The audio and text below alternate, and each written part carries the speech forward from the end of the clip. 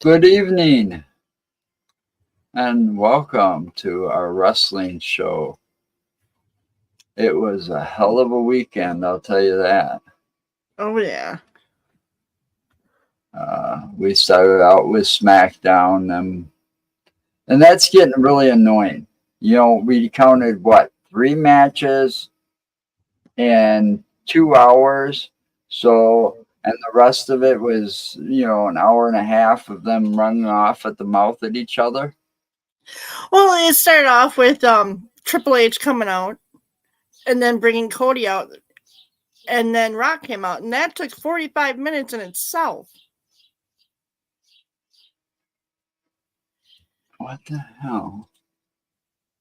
There we go. I was trying to find the stream so I could share it.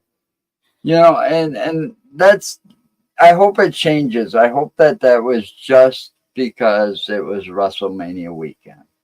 Okay, Yeah. but then we went and you and I watched. Went over to Peacock and watched The Hall of Fame. the Hall of Fame.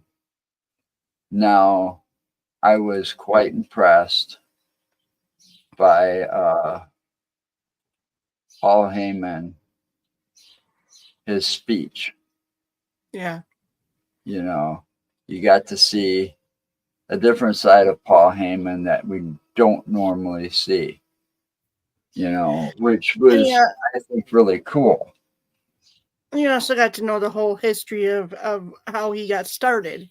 Yeah, breaking into a stadium and, that whole thing was kind of cool. I think he said 15 or 16. Yep. Maybe he was 17. Actually, I think he was 15. Then you had the other one that was real notable that I liked was Thunderbolt Patterson. He got wheeled down to the stage and helped up there and so on and so forth. But when that guy got going, it sounded like you were in a Baptist church listening to a preacher. Yeah.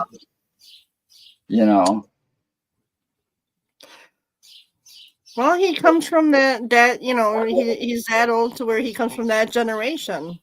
But that guy talked about, like, just to put it in short, I mean, his message wasn't as much about wrestling and the history as it was about, this country becoming united. We have to, stop the hate and all of that.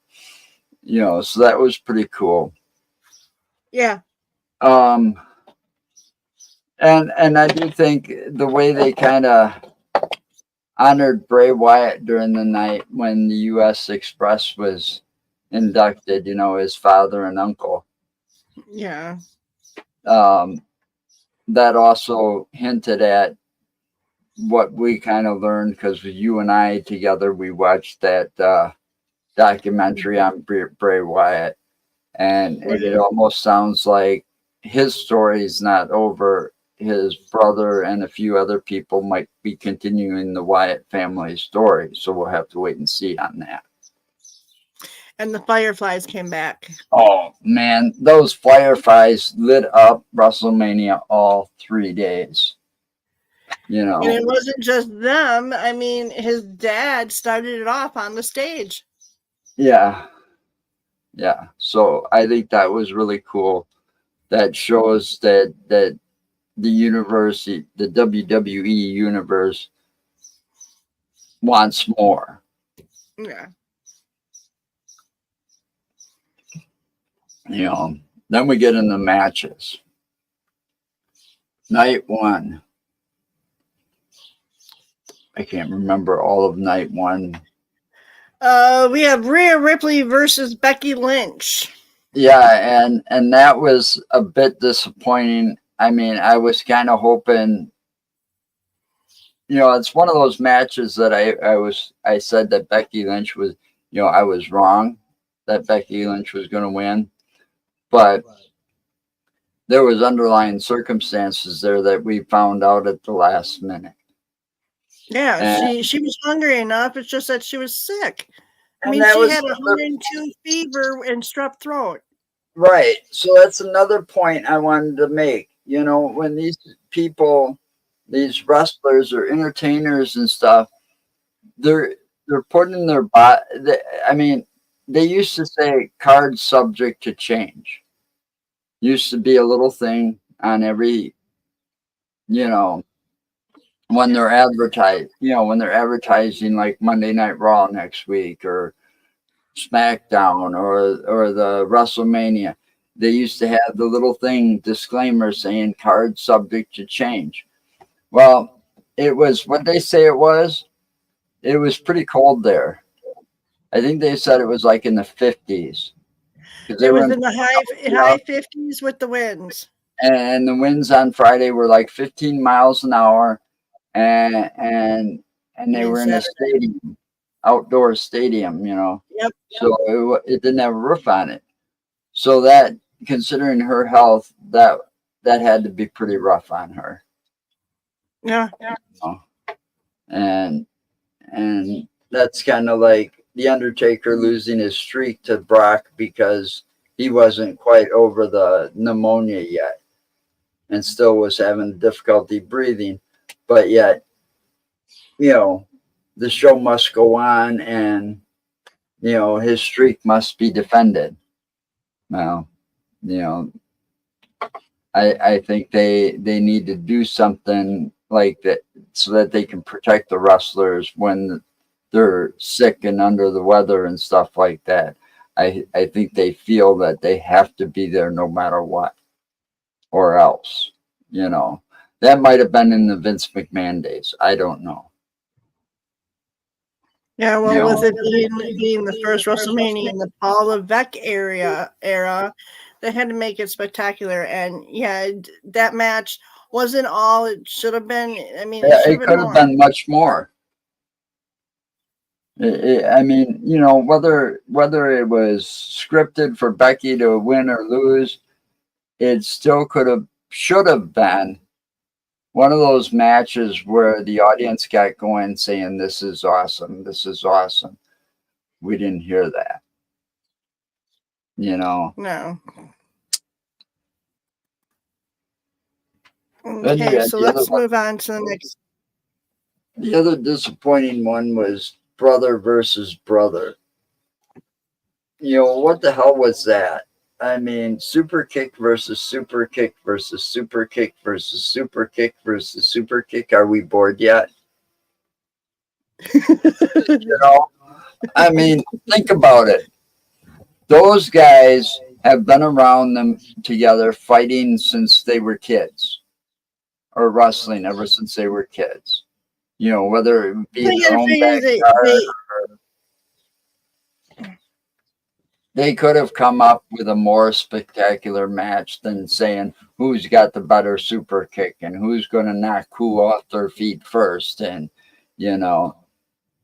really? or who it wasn't even who's going to submit first. I mean, at one point it looked like Jimmy was going to yield to Jay, and he ended up getting up and Yeah, that match to me attacking was him a again. big joke. I mean, the right guy, the right brother won. Yeah, I agree with that, but it still was the match itself was kind of a joke. That's another match that could have been better. That's kind of like, that whole night one was kind of disappointing. Wasn't the ladder match night one as well? Then yes, you have the undisputed WWE Tag Team Championship 6-pack tag team ladder match, which included the Awesome Truth, A-Town Down Under, the Judgment Day, DIY, the New Day, New Catch Republic. Yeah, that they won those belts when they did what Jeremy and I were discussing. Actually, it was Jeremy's idea. Um, taking the belts, splitting them apart, and putting them both on different hooks above the ring. But then what should have happened is whoever won the tag team titles should have been out of the match. They should have That's not yep. been staying That's in where I and was going trying to with get the that. other tag team titles. So your Austin Theory and that little inbred, Grayson Waller. yeah, those two, they won it so quickly they should have got kicked. They're going to lose them just as quick. Yeah. Yeah. And the second team that won the other belts was Awesome Truth. They deserved that title. Yes, they did. I mean, it was our Truth managed to bring a lot of comedy to that match to make it interesting. But we did see after the first belt was won and it started getting real interesting, you saw a lot more action. But still, it didn't make the night because that whole night was kind of a disappointment. We knew the 6-pack, this six woman tag match. I mean, knowing that Jade Cardell just signed with WWE and SmackDown and all that, I think she signed with SmackDown. You know, yeah. You really think she was going to sign a contract and lose on the biggest stage? No. That wasn't going to happen. So you knew that whole team was going to win. Yeah, Bianca and Naomi and Jade. Yeah, because there's no way she was going to sign a contract and then lose at WrestleMania. That wasn't going to happen. I mean, if that was the case, she would have just stayed put in AEW. Yeah. Then you have Rey Mysterio and Andrade versus Santos Escobar and Dirty Dominic Mysterio. Yeah, that's still a mystery. Who attacked Dragon? What was it? Dragon Lee outside the ring before the match. That was on Friday Night SmackDown. That happened. But it still makes you wonder who did it. Yeah. And then Andre, whatever his name is, he was supposed to be with Dom and all of them, and then all of a sudden he turns on them on Friday and says, "Okay, Ray, I'll help you out. I'll be your partner." And it's like, I'm thinking to myself, can you really trust him? Well, he trusted enough to where they won it. Yeah. You know. And it almost got to the point to where we saw Dominic get his ass spanked by his dad. Again, that would have been funny as hell. I was waiting for that until they grabbed the belt from him, and it's like, he takes off that little strap, and he was gonna spank Dominic, and Dominic got lucky that he got saved. Yep. His ass got saved from being beat again. Now, the one match that I think did kind of make the night was the Intercontinental Championship match between Sami Zayn and Gunther. Yeah, that was probably the only thing that saved the night, because that was a hell of a match. I was so rooting for Sami Zayn for that. He worked so hard to get there, and he took Gunther to the limit, and I'm glad that match stayed fair. But Gunther's been kind of like, even though he's been head of Imperium, when he got that belt at first, they were coming out to help him. But after a while, he's like, I'm going to prove to you people I can do this without them, and telling them, okay, you can come out with me, but you stay, in the back. Yeah. You don't go farther than that front stage before the ramp. Yep. And they did just that. And that worked well. So Sami Zayn had only one thing to focus on, and that was Gunther. Then the last match of the night was the match to determine the Bloodline band or Bloodline rules between Dwayne Rock Johnson and Roman Reigns versus Cody Rhodes and Seth freaking Rollins. Yeah, that whole thing was bullshit. You know, The Rock sitting there, and he reminded me in that moment of Vince McMahon. Okay, abusing his power. Okay, telling the ref, if you count, I'm gonna fire you.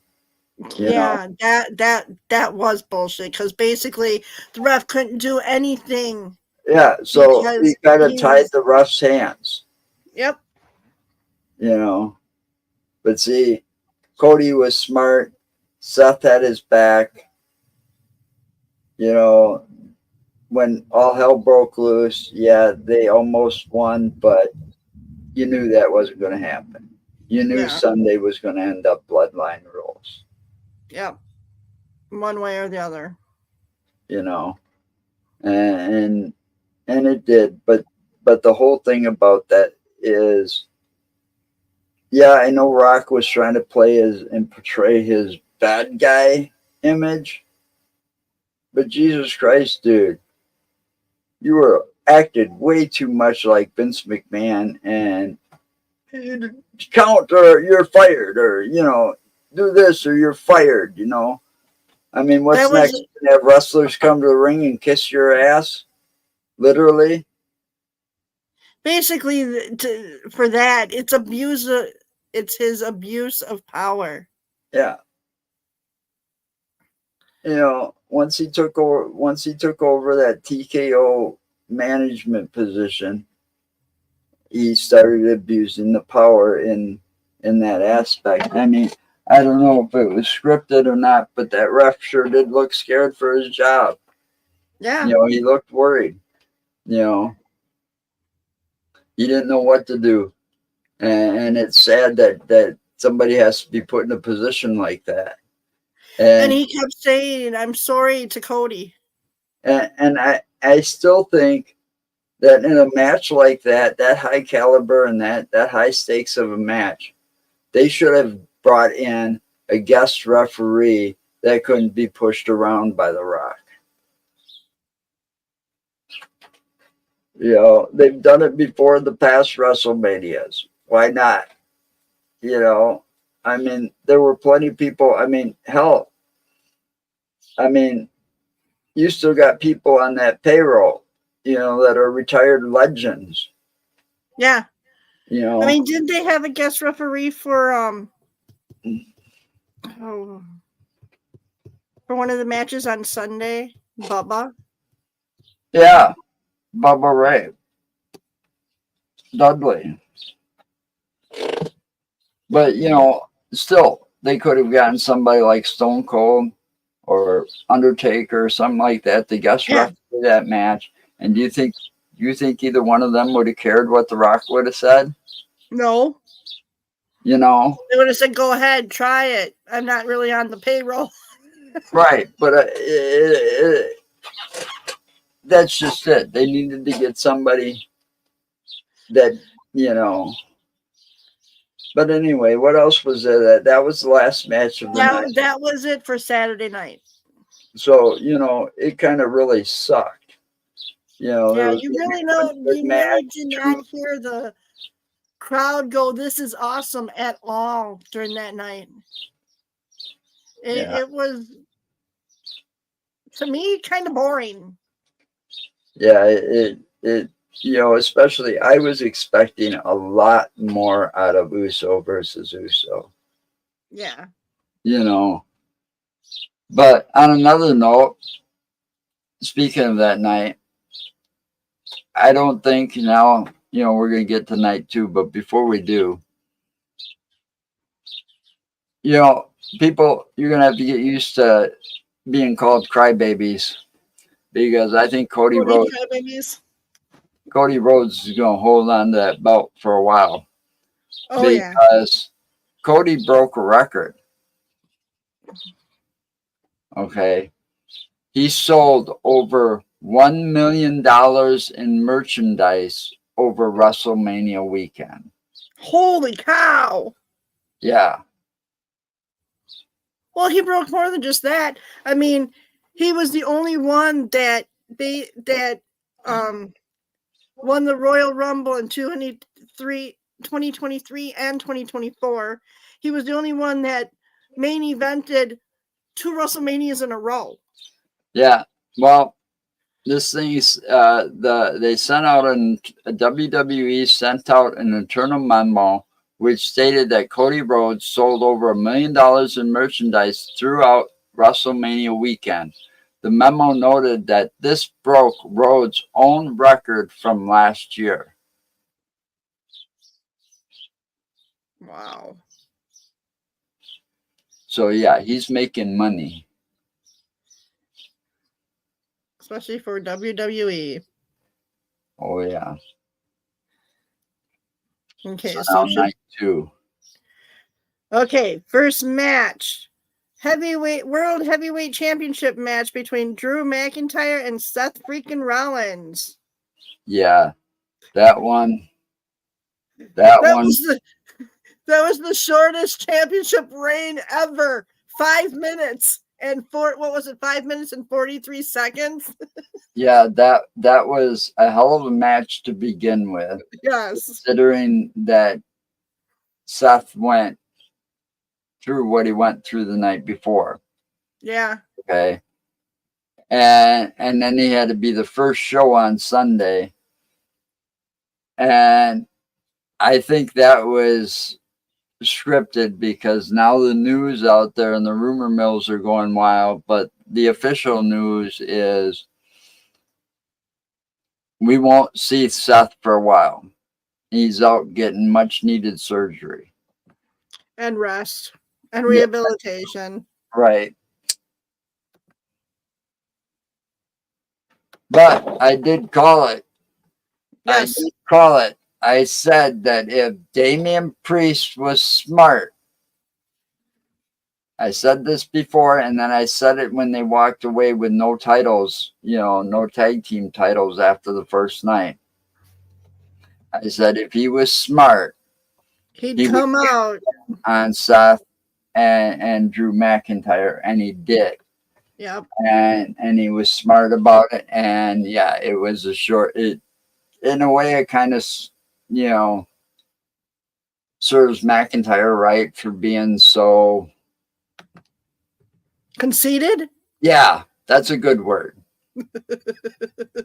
and he was always more focused on, he was talking about, Seth better focus on me and all of this because he's got me coming up and not the bloodline and all this other bullshit. And yet he wears those shirts during this time and he's more focused on CM Punk. Yeah. And guess what? Being focused on CM Punk cost you the title, buddy. 5 minutes and 40 some odd seconds. One of the shortest title reigns ever. Yeah, and the thing is, at least Finn Balor got it for 24 hours before he had to give it up. But he had to give it up. He didn't lose it. He had to give it up. But I'm just saying, as far as short title reigns goes, he had it for 24 hours because he had a forfeit title because he was injured. That was the Universal title, though. Yep. So that was the first two kind of matches because the second one wasn't really a match. He basically, by the time he got down there, hit him with the briefcase and cashed it in. He just had to put him in the ring and cover him.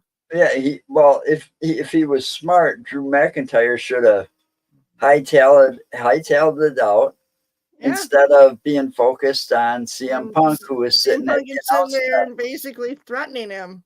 Yeah, he was sitting there, so he didn't even see Damian Priest coming until it was too late. Well, the thing is, he wasn't even up.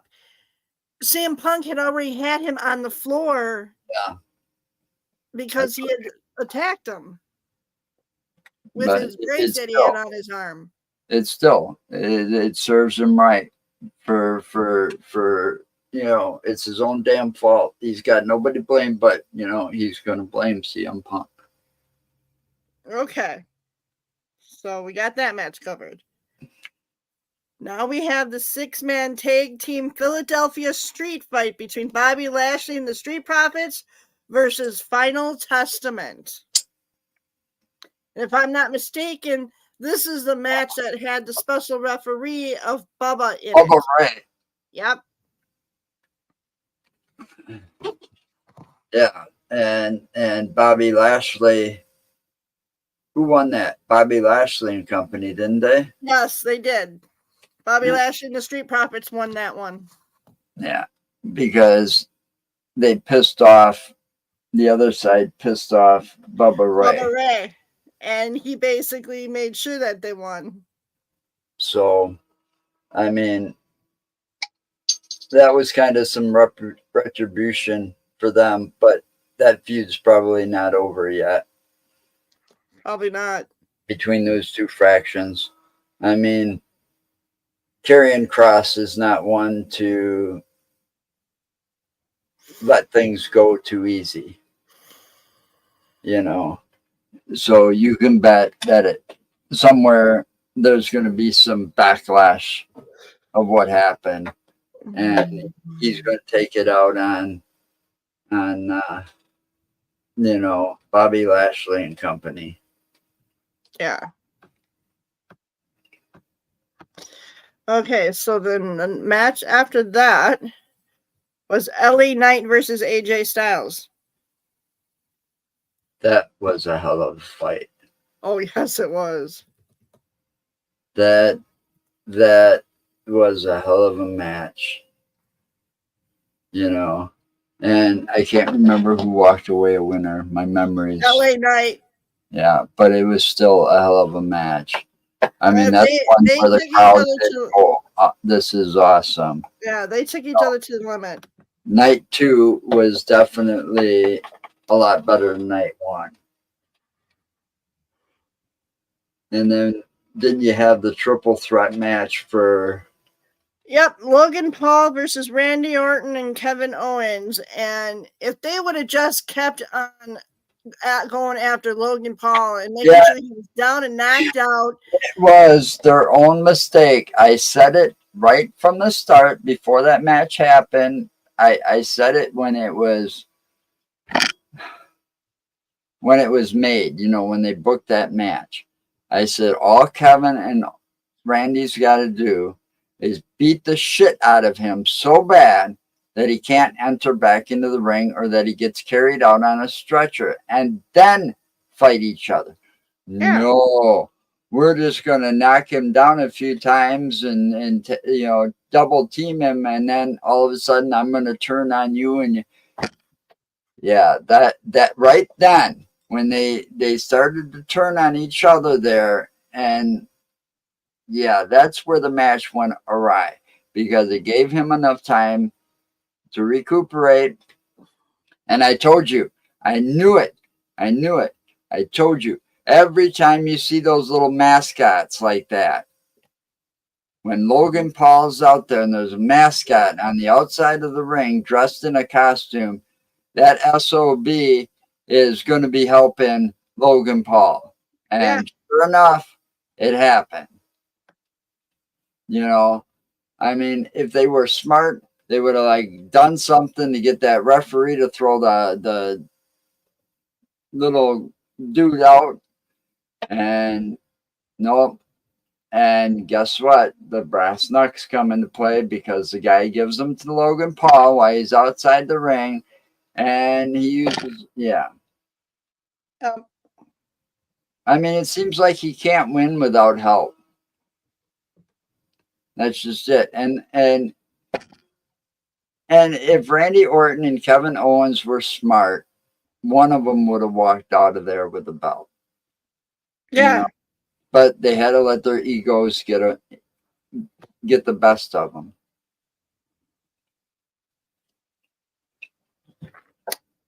You know. So then after that match, we have the WWE Women's Championship match between Bayley and Io Sky. Yeah, that that was a match too. I was real shocked that Bailey walked out with the belt. You know, I'm not. I mean, she was really, really hungry for it, and she got revenge. I'm just saying, I'm just surprised that the numbers game didn't come into play enough to cost her the title or to cost a disqualification. You know, I mean, it was a great match. Bailey deserved it. You know, she got some retribution for being stabbed in the back. Yeah. You know, I mean, now she's got a lot of mending a lot of bridges, but now she's also got a big target on her back too. Yeah. You know, and there's somebody there that, you know, we can guarantee, or I could say it's a prediction. Jade Cardell will have a title before the end of the year. It may not be Bailey's title. It could be the other one. But I bet it was in her contract to sign with WWE. I think she should go after Rhea Ripley. Well, that would be a better match, by all means. Yeah. I mean, Bailey Ripley would. and She her wouldn't even break a sweat with Bailey. her and Rhea Ripley would be a hell of a match to see. You know, and because they are pretty evenly matched. Yeah. Yeah. Now, the last match that we have left is the undisputed WWE Universal Championship match between Cody Rhodes and Roman Reigns. I was quite shocked that it took so long. We all knew it was going to be bloodline rules, all Yep. right, because of what happened on Saturday. But, you know, we kind of predicted that's the way it was going to be. I'm surprised that it stayed one-on-one for as long as it did. And that he didn't actually use the bloodline rules to his advantage either. Well, they did, you know, because they were using weapons and so on and so forth after a while. But, I mean, I'm surprised it stayed pretty much a fair fight for quite a while. Yeah. Before they started breaking into the bloodline rules, you know. I mean, Cody could have done it too. But the other thing that surprised me, and I was reading this, and people should realize, you know, they're still trying to work, kind of wash the stink of Vince McMahon off the company, I guess. So they haven't got all those relationships right, but the rumor mill kind of went nuts. When Seth Rollins showed up during that match, he showed up in his old Shield gear, coming in the old school Shield way, Yep. the old school Shield music. People were also expecting to see Dean Ambrose. However, Dean Ambrose probably would have showed up, but nobody contacted AEW and Tony Khan over there to even, you know, Consider it. to even have it considered, Yeah. you know, just for the one night. Now that would have really blown the roof off the place by itself, just for the one night. That would have been awesome. And that would have been a hell of a way for Seth to go out. Yes. You know, yes. because we probably won't be seeing Seth for a while. I mean, after that, I mean, that was a good way to go out, you know, the old school Shield way, and Roman losing the belt. All right. Kind of putting that nail in Roman's coffin after stabbing him in the back as a Shield, you know, throwing it back in his face again.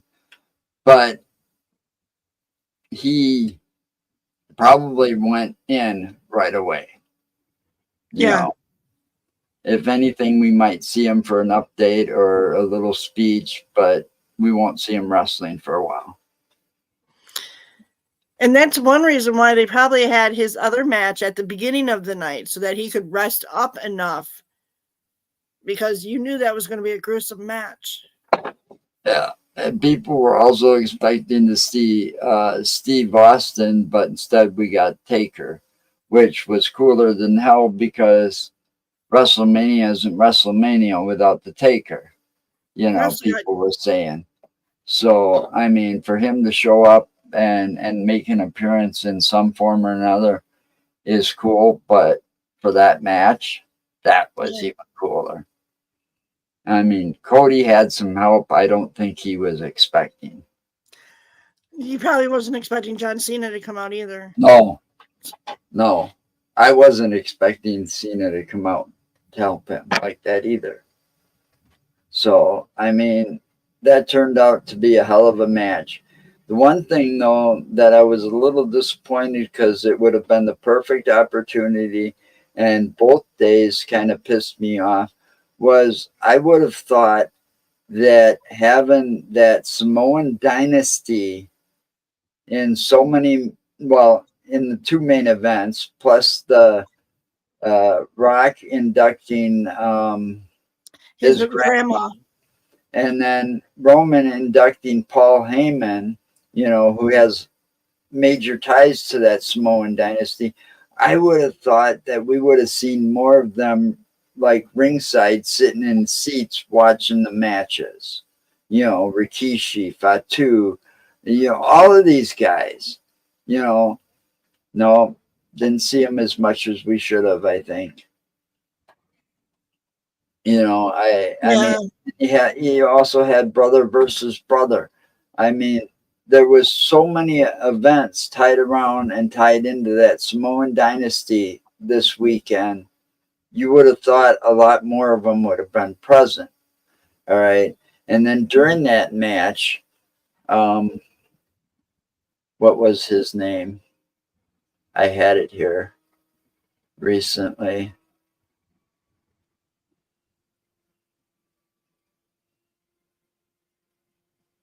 Well, I think his name's Jacob Fatu. I would, you know, he's signed a contract with WWE already. I would have thought he would have showed up. Yeah, isn't he in NXT? Line rules.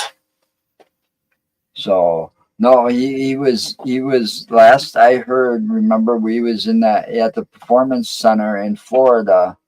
Oh, FCW. Yeah. Okay. And Booker T, the rumor was Booker T was getting him ready to kind of like make the wild Samoans again. You know, using Jacob and Solo. Yeah. And they would be one hell of a devastating tag team like the Wild Samoans were. You know, you put those two together in a tag team match, and they're going to destroy the competition pretty quickly. I've seen little videos during my, you know, because they show videos and stuff in some of these articles of Jacob's wrestling abilities. Okay. And between Jacob and Solo, both of them remind me a lot of the Wild Samoans. And yeah, it's a good idea. And I would have thought they would have moved on it for WrestleMania 40. So at the end of the night, Cody got to finish his story. Yeah. That was awesome. you know. But then there was that one thing where after it was all over, um, the final boss, aka The Rock, comes out and talks to Cody. Was that Monday Night Raw, right? I think, yeah, Monday Night Raw. And he then said he had a gift for him. He reached into a pocket, pulled out an unknown item, gave it to Cody, and Cody knew what it was without looking at it, placed it in his pocket, and he told Cody never to break his heart again, and ended his time in the ring with the message, if you smell what the final boss is cooking. Okay. Now, that whole thing was kind of cool to watch, you know. Yeah. It also gives me a little bit, understanding. I got a theory that when he whispered into Cody's ear that one day, and then the announcer and the interviewer at backstage asked Rock, "Go ask Cody," and Cody's like, kind of beat around the answer and without really giving an answer. I got a feeling what The Rock said to him is, "You're gonna finish your story." But also, didn't Rock also tell him that he was coming for him? In the same sentence? Basically telling him he was coming after that belt? After, of course, trying the belt on? Yeah, they switched belts. I thought that was kind of cool too. It was like they were having a moment, and it was a really cool moment that you couldn't take your eyes off of. Yeah. And then The Rock's like, "I got to leave for a while, but I'm coming back for you, whether you got the title or not." Yep. And basically, that means, I'm thinking The Rock respects him enough or respects him that much more now than he used to, saying, "All right, man, I want to work with you in a one-on-one match. Let's see if we can blow the roof off the place." I mean, basically, they're all friends and get along behind the curtains. Yeah, and they ended Sunday night. They ended it like a great big party in the ring. I mean, Yeah. you saw all those people in there. And he also called down Bruce Pritchard and Triple H down to the ring. Yeah, I still think to enjoy his win. Yeah, I still think that was cool as hell because you get to see some of these people. I mean, for those that don't know, Bruce Pritchard has been around wrestling in the WWE and the WWF, and he was basically the Undertaker's first kind of manager, as Bruce Pritchard played Brother Love. That was Bruce Pritchard. That was before Paul Bearer? That was before Paul Bearer. Okay. And that guy has been a big part. He probably helped Cody, because Cody, I mean, somebody says, "Oh, maybe they should divide the Universal title." Well, it's already been divided. They kept the one named it Universal title and gave Seth the other one. That's how it happened. And the other one is the heavyweight title. Oh, he should split these and defend the one as Stardust. But see, there's a problem with that. Stardust is, in Cody's eyes, not part of something he wants to remember. So part of his contract when he came back to WWE from ADW is, you don't mention Stardust, you don't call me Stardust, and that topic does not even come up. He wants nothing to do with that Stardust character. That almost be kind of like his brother in Gold Dust. I got a feeling he'd do that too. But Yeah, see, because that is not an era I want to Dustin, remember. from my understanding, Dustin created Gold Dust. Oh, The powers to be, the creative powers to be, created Stardust because because of Gold Gold Dust Dust. was already there. So And it that was just seemed not right. right. That was not Cody's cup of tea. So he basically made sure that that was in his contract, that I'm never doing this again and you can't make me, you know. And Yeah. I don't blame him. I didn't like the Stardust character either that much, you know. And and from what I've read though, they're gonna keep, I think he's gonna keep that belt for a while. I don't think he's gonna lose it real quickly. However, Damian Priest might. Well, yeah, because they already had what was it, a 4-man or 6-man tag team or It was a match, fatal four-way fatal match, 4-way to find out the number one contender for his title on and Monday Night Raw. the winner was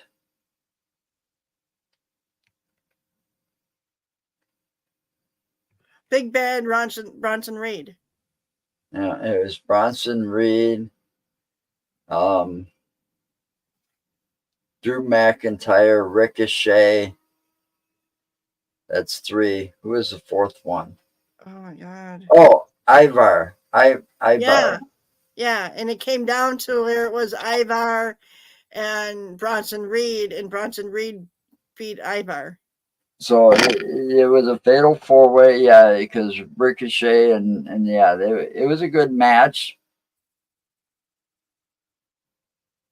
But the only thing is, right now, you know, the Judgment Day is making them money. So numbers game is going to play in Damian Priest's corner. Yeah. However, I think Damian Priest having this belt may cause some jealousy between him and Finn Balor. So it could be the start of that faction kind of breaking up, possibly. I don't know because Finn Balor, JD McDonough, and Dominic went after. Actually, Finn Balor was going after Awesome Truth to try and get a belt match for their belts. I get that, but Remember what yeah, I Arthur know, said? I get that, but here's the thing: jealousy is that green-eyed monster that can stay hidden for a while. Yeah, he may want to go after the tag team titles, but in reality, he wants that belt that Priest is holding. You know, I mean, he even wants he actually more so, he wants the belt that Cody's holding, because that's the belt he only had. That's the one he had at forfeit, was the Universal title. He was the first person ever to win that Universal title. And he had a forfeit because he got hurt in that match to the point where he needed surgery like quickly. And wouldn't be able to defend it within 30 days. And it was, and I believe he won that belt during a WrestleMania. It was like a premium live event like WrestleMania. And he had to come on Monday Night Raw the next day and forfeit the title because he had to go in and have immediate surgery. So that means he held that title, unlike Drew McIntyre, he held the title for 24 hours. You know, I got to rib it because I like Drew McIntyre at the beginning, you know, but when he decided to turn heel and go after, he kind of tried to do what Sheamus did.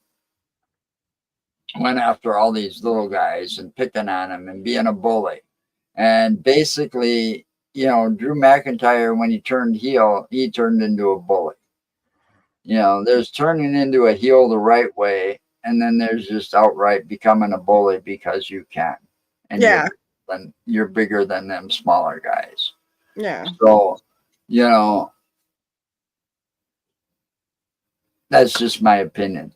I mean, I can't say that's, you know, we know that these are all characters. So, you know, we can't say what he's like really in person. You know, hopefully he's a much better person in real life than he is as a character, his character is right now. You know, Yeah. I just liked him better, you know, as a baby face than a heel. You I know, think he's one person that should always be a baby face. I don't think he could ever pull a heel off right. yeah, he just gets too hated. You just want to hate Yeah. him too much. And, you know, but I'm interested to see because the whole night, the whole 2 nights, you know, and first night, if you notice, the first night it comes out, it's Triple H welcoming Yep. everybody.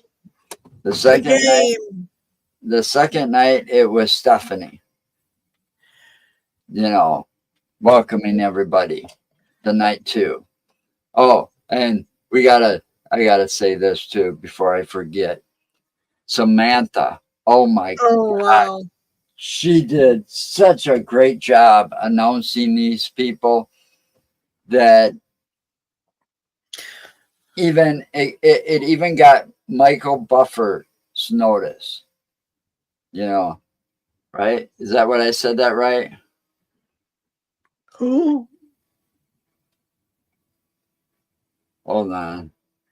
The guy, the Royal Rumble voice. Well, he wasn't just a Royal Rumble voice. He used to do the WrestleMania main events too back in the day. But it's like, are you ready? Michael Buffer. Yeah, that's his name. Okay. Uh, he went to Twitter right after WrestleMania just praising the hell out of Samantha. Her voice, her demeanor, her reactions, uh, her emotion that she put into it. You know, Well, especially with Cody. I mean, look at he had to have her say it again yeah, yeah, because of how good it that was. was even pointed out in that little tweet. You know, and oh my God, Ricochet's got to be pretty proud of that. Oh yeah. I mean, I can see. I think she deserved a raise after that, and And they better have a really good insurance on her voice. yeah, they might want to do that if they're going to have her continue to do this stuff because yeah, she Those really vocal did cords do can a get great job. stressed out pretty easily. Well, you got to realize that what's his Buffer, if I can find him quick. I think he's up there a bit.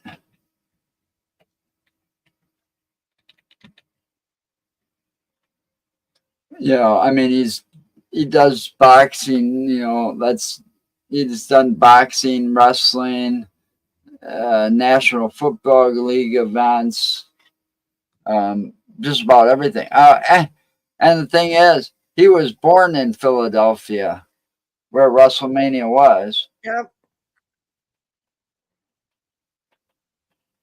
And let's see. And the other thing is, you got to remember, what was it, like not even 2 days before WrestleMania actually started, they had an what was it, an earthquake there? Yeah, it's an Epic Center was New Jersey, not too far away. Yeah, but they could still feel the tremors on Thursday night when we were on the podcast. They could still feel the tremors from that earthquake that happened in New Jersey. So right now, Michael Buffer is 79 years old. He'll be 80 on November 2nd. Wow. So I'm sure he's getting to the point where he's not going to do a lot of them, a lot of these things. And he probably gets paid a hell of a lot of money. Yeah. You know? And that's his catchphrase. Let's get ready to rumble. But I think the first time he said that was probably at like a Muhammad Ali event or something. A boxing, like a boxing event.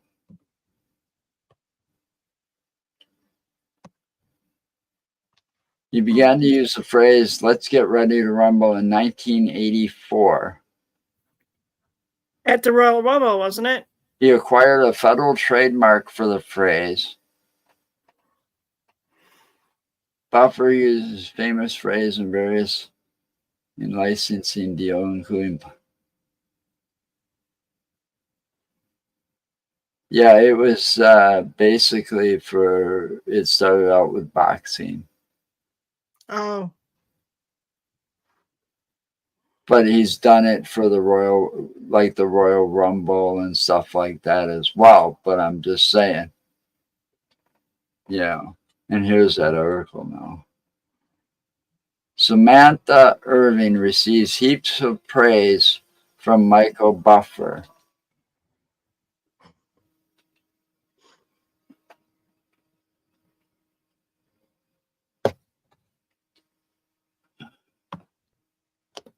Oh, shit. So she really got a lot more attention than I think she was expecting. Yeah.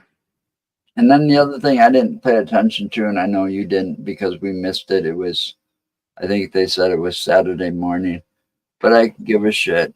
I mean, when they did it, it was kind of stupid in the first place. And this year, they bring back the Slammies, but they don't really tell you or advertise it much or bring it out too quickly to let you know where you could vote, because the Slammies are awards that are given to wrestlers for all kinds of different things. But the fans are allowed to vote, and I don't think there was enough time. I think they just did that way too quickly. Oh, the one match we didn't talk about was the Andre the Giant The Battle Royal. Battle Royal. Yeah. Who won that? Bronson Reed. Yeah. Yeah, so he's got a lot of momentum right now. Yeah.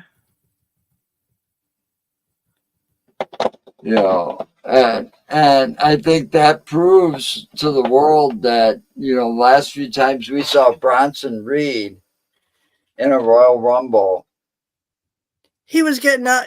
He was getting thrown out pretty quickly. And thrown out pretty quickly. And I think somewhere along the line he learned, and boy did he learn, because he really overcame a lot when they did try numbers game on him. And he used his power to advantage, and he made sure he didn't make any mistakes this time. And actually, I think that's the match that I was actually remembering, was where him and Ivar were the last two. And he got Ivar over the top rope. Yeah. I mean, that was pretty impressive. He did the right thing by throwing people out right away. Yes. And not wasting time. So there was less that could try to take him over the top. I mean, he's a big guy. That's dead weight. That's like Ivar. He's dead weight. But he used Ivar's momentum against him to get him over, and that paid off. So I think Bronson Reed's learned a lot about those Royal over-the-top Royal Rumbles or Battle Royals or stuff like that. And I think that's gonna, that momentum that he gets from winning those two matches, that one and the one in that fatal 4-way he won, that makes number one contender. I think he's got a pretty good shot, but numbers game are still in Damian Priest's favor when that goes down. Yep.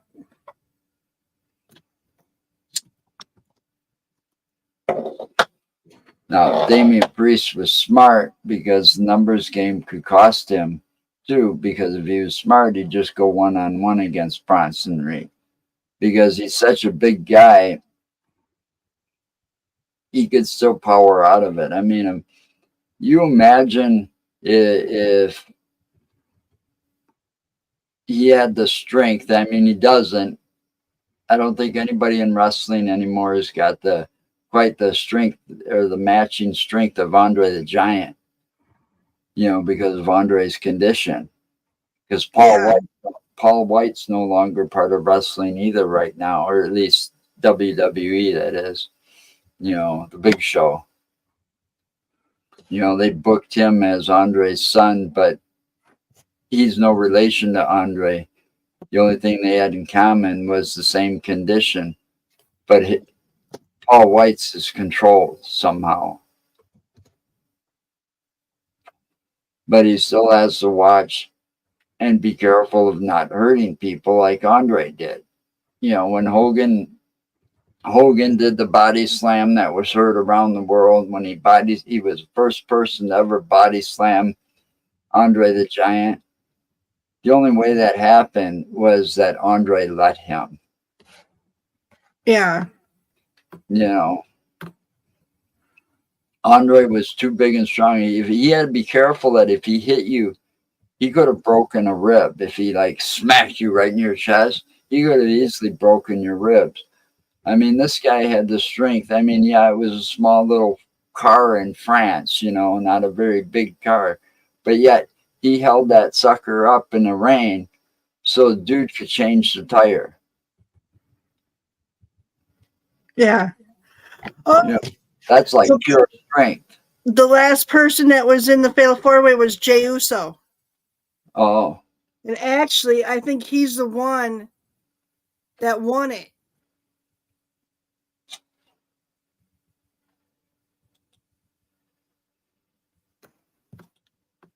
Well, let's look it up quick. That was Monday Night Raw. Yeah, I know. I'm looking. Okay, Shinsuke. Yeah.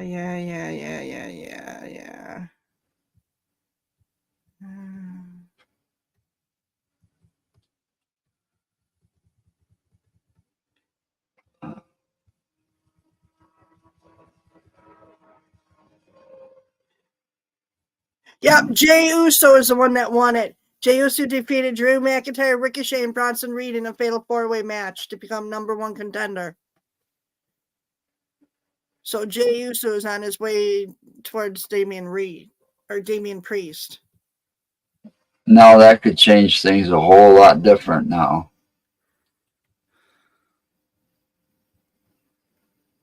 That didn't give me everything, but that just means he was hungrier than Drew McIntyre was for #1 contender spot.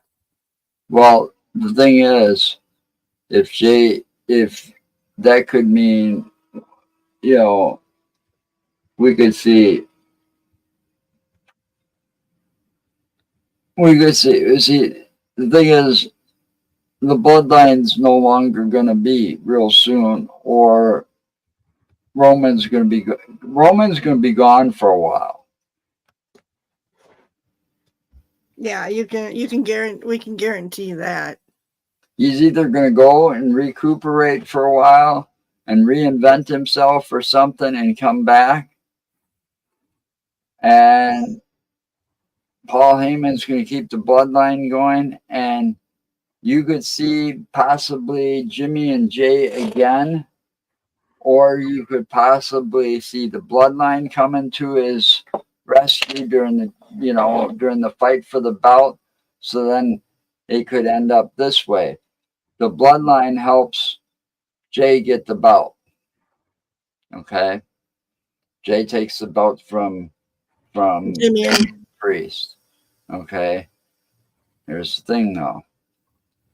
Now we got a WrestleMania rematch, but this time it's twin versus twin for the belt. Ooh, that could be that could be the one to watch if it happens. And if that's the case, that match better outshine the WrestleMania Oh match yeah, by a lot. better. Gotta Otherwise, come up with new moves. otherwise the Triple H era is sucky. Hall of If the storyline goes that way, I'm just saying. Yeah, yeah. But I could see that possibility because Bloodline has got a beef with the Judgment Day, and Judgment Day's got a beef with the Bloodline. Yeah. And now you got a former member of the Bloodline as number one contender. Think about it. And we'll leave it at that note. So until next week, have a good night. Stay safe. Bye. Anything's possible, even in wrestling.